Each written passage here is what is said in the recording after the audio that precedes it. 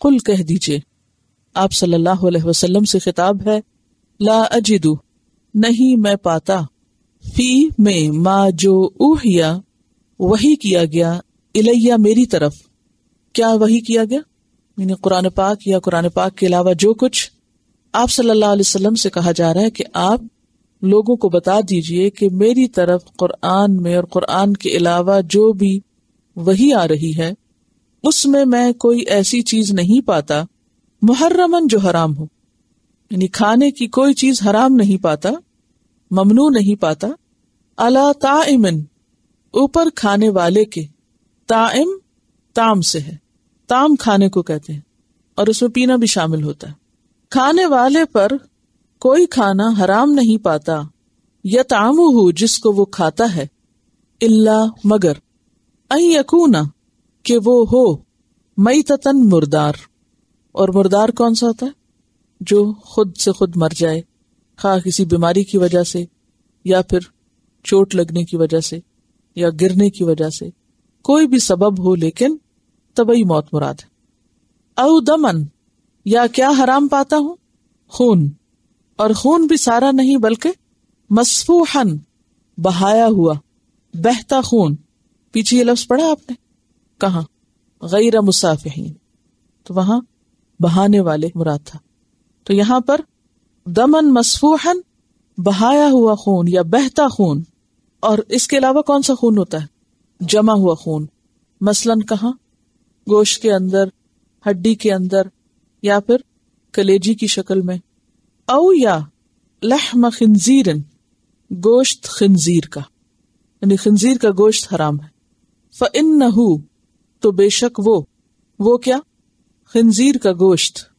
رجسن ناپاک ہے، رجس کا معنی ناپاک، پلید، گندا، رجس کا معنی عذاب بھی ہوتا ہے، گندگی والا عذاب، لیکن یہاں مراد ہے ناپاک اور گندا، کہ وہ ناپاک ہے، او یا فسقن گناہ کی چیز، وہ چیز جو گناہ کا ذریعہ ہو، فسق کس کو کہتے ہیں، حد توڑنا، بیسیکلی کھجور کا اپنے شگوفے سے باہر آنا، جیسے کلی پھٹ کے پھول نکلتا نا تو وہ حدود سے باہر نکل آیا، پھیل گیا سب کچھ، تو اسی طرح فسق بھی اللہ کی قائم کردہ حدوں کو توڑنا اور حد سے بڑھ جانا، یعنی گناہ کے کام مراد ہے، او فسقن یا وہ جو فسق کا ذریعہ بنے، وہ کیا، اس کی تفصیل ہے، اہلا پکارا گیا، لغیر اللہ واسطے غیر اللہ کے، بھی اس کو، یعنی جس جانور کو اللہ کے علاوہ کسی اور کے نام پر ذبح کیا گیا وہ کیا ہو گیا، فسق ہو گیا، وہ ناپاک گوشت ہو گیا، اور اہلا کا لفظ احلال سے ہے، ہلال کہتے ہیں پہلی رات کے چاند کو، تو چاند دیکھ کر جو آواز نکالی جاتی ہے اس کے لیے لفظ احلال استعمال ہوتا ہے، پھر اس کے بعد ہر طرح کی پکار کے لیے احلال کا لفظ استعمال ہونے لگا، اور پھر خصوصاً جانور ذبح کرتے وقت نام کسی کا پکارنا یہ احلال ہوتا ہے، تو لغیر اللہ اللہ کے سوا کسی اور کا نام پکارا گیا، مثلاً کسی بت کا یا جن کا یا فرشتے کا یا خبیث روح کا یا شیطان کا یا کسی پیر کا، بزرگ کا یا پیغمبر کا یا کسی پتھر کا یا مکان کا، کسی کا بھی نام اگر پکارا جائے کہ فلاں جگہ کے لیے یا انسان کے لیے یا جن کے لیے یا فرشتے کے لیے یہ جانور ذبح کیا جا رہا ہے، یعنی اس کی خوشنودی حاصل کرنے کے لیے، اس کو خوش کرنے کے لیے، تو ایسا گوشت خواہ وہ بکری کا ہو یا بھیڑ کا ہو، بظاہر صاف ستھرا نظر آتا ہو، وہ بھی حرام ہے، فمن تو جو کوئی، استرہ بے اختیار کیا گیا، استرہ کا روٹ کیا ہے، ضاد رے، ضرر کس کو کہتے ہیں، نقصان کو، استرار ہوتا ہے نقصان دہ چیز کی طرف کھینچ لے جانا، کسی کو نقصان دہ چیز کی طرف کھینچنا، فمن استرہ تو جو کوئی کھینچا گیا یعنی بے اختیار کر دیا گیا، مجبور کر دیا گیا، غیر باغن نہیں وہ چاہنے والا، باغن کا لفظ بغیون سے ہے، بے غین، یہ بغی کا معنی کیا ہوتا ہے، چاہنا، یعنی وہ اس گوشت کو یا اس حرام چیز کو چاہنے والا نہ ہو، طلب کرنے والا نہ ہو. اور اسی سے لفظ باغی نکلا ہے، اور باغی کس کو کہتے ہیں؟ سرکشی کرنے والا، حد سے نکلنے والا، کیونکہ باغی بھی کچھ چاہ رہا ہوتا ہے نا. تو غیر باغن، نہ وہ حد سے نکلنے والا ہو، نہ وہ اس کو چاہنے والا ہو. ولا عادن، اور نہ عادی ہو. عادن کا لفظ عدون سے ہے. عدون کہتے ہیں ظلم کو، زیادتی کو، زیادتی کرنے والا، حد سے بڑھنے والا. اور وہ حد سے بڑھنے والا بھی نہ ہو، زیادہ کھانے والا نہ ہو. فإن ربک، تو بے شک تیرا رب، غفور الرحیم، بخشنے والا، مہربان ہے. اس آیت سے کیا پتہ چل رہا ہے کہ جس وقت یہ آیت نازل ہو رہی تھی، اور یہ آیت کہاں نازل ہوئی تھی؟ مکہ میں. اس موقع پر یا اس حال میں یا اس وقت جب کہ ابھی سورت المائدہ نازل نہیں ہوئی تھی، تو مکہ میں مسلمانوں پر صرف یہی چیزیں حرام کی گئی تھی. بعد میں سورت المائدہ نازل ہوئی، جو بہت بعد میں ہوئی، کیونکہ آخری صورتوں میں سے ہے نا جس کا کچھ بھی منسوخ نہیں. تو اس میں مزید تفصیلات بتا دی گئی کہ اس موقع پر سورت الانعام جب نازل ہو رہی تھی، اور سورت الانعام مکہ میں نازل ہوئی، تو مکہ میں ابتدائی طور پر صرف یہی چیزیں حرام تھی. بعد میں سورت المائدہ نازل ہوئی جس میں مزید تفصیلات بیان کر دی گئیں کہ کیا کیا حرام ہے.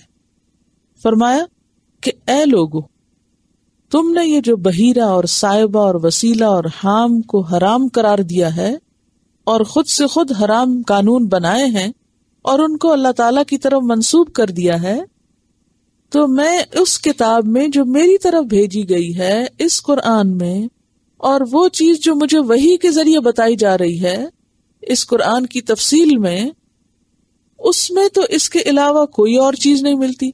وہاں تو کسی بحیرہ صاحبہ کا کوئی نام نہیں ہے کہ وہ بھی اللہ نے حرام کیے ہیں، کیونکہ یہ اہل عرب ان چیزوں کو کس کی طرف منسوب کرتے تھے؟ اللہ کی طرف، کہ یہ اللہ نے حرام کیا، حالانکہ اللہ نے یہ سب حرام نہیں کیا تھا. سورۃ النحل میں بھی آتا ہے انما حرم علیکم المیتۃ والدم ولحم الخنزیر وما اہل لغیر اللہ بہ فمن استر غیر باغ ولا عاد فإن اللہ غفور الرحیم. آیت 115. آپ سب جانتے ہیں کہ نبی صلی اللہ علیہ وسلم کے فرائض منصبی میں یہ چیز بھی تھی کہ آپ لوگوں کے سامنے حلال اور حرام کو بالکل واضح کر کے بتا دیں، کیونکہ آپ پر دین کی تکمیل ہو رہی تھی اور آپ کے بعد کسی اور نبی کو نہیں آنا تھا. لہٰذا آپ نے تمام وہ چیزیں جو حرام تھی ان کو کھول کے بتا دیا.